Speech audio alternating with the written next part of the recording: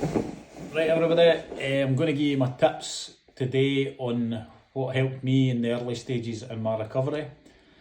So the first thing I would say I done was I tried to not do as much research around the sports. Tried not to pay attention to results, especially results that were irrelevant. So maybe like lower leagues in England, lower leagues in Scotland, games that I'm not really interested in. But when I was gambling, I was interested in them because I like to try and think that I was going to get an advantage over the bookies, kind of like that I had better knowledge because I studied these leagues and whatever. Again, that's something that comes with gambling. Your ego takes over and you think that you've got over the bookies, but end of the day is that they've always got an edge no matter what game it is.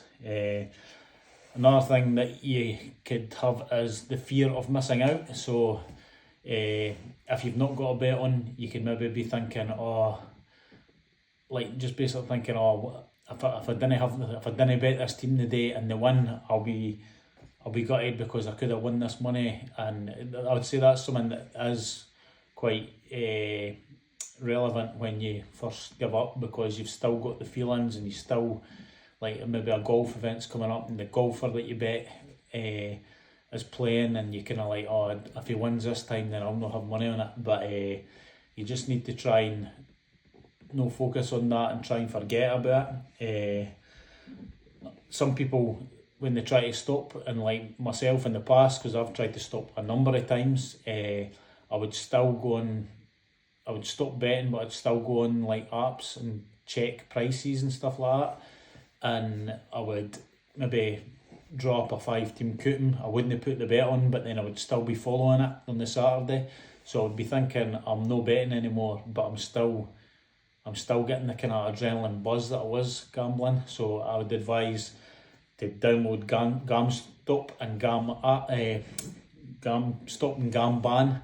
GamStop will stop you for getting on any accounts to bet. GamBan will stop you for getting on the apps. So let's say GamBan is a big one for me because I can't go on and check prices for the start of the season coming up. I can't find out what prices teams are, which I need that. I probably still need that. So they're relevant apps.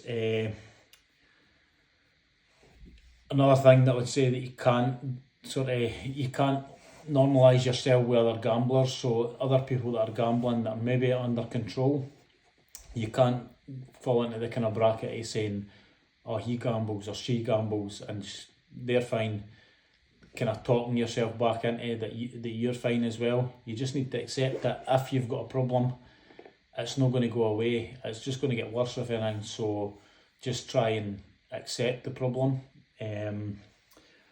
Try to remember your losses rather than your winnings. So that is another thing that a lot of gamblers do.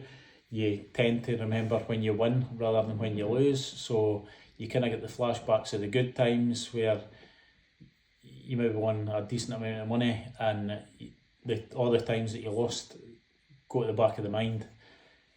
So just try and remember your losses and who you hurt when you lost them, and that keeps you further away from putting the bet on.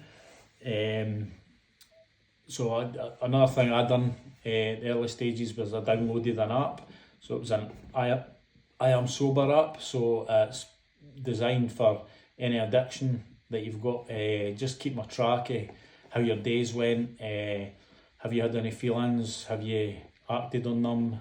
How you acted on them, sort of thing. So it just brings the relevance. It's kind of like constant on your mind, so you're no kind of just trying to avoid it. You're kind of trying to deal with the issue. Just another thing is evaluating what makes you happy. So I know myself, and I knew the whole time I was gambling, that money didn't make me happy. I could have the newest car, the nicest house, but that doesn't make me happy. It'll make you happy for a bit, and it'll make you more comfortable, but money doesn't make you happy. It's the simple things that make me happy. So it's just reevaluating your gambling for money. Money is obviously the thing that keeps you betting, but you don't, winning the money actually doesn't matter. It's not a big deal. Try not to compare yourself with others as well. So like I said earlier, if somebody else is gambling, if they're gambling big and whatever, and they're winning, just try not to let it bother you. Try not reflect their actions on yourself. So you basically just need to accept that an addict, if you're an addict and you accept you're an addict, you're always going to lose. You're in a losing battle. You could maybe have your girlfriend, your wife, whoever looking after your money, but any spare money that you'll get will go gambling. I've done it myself. I've spoke to people that do the same.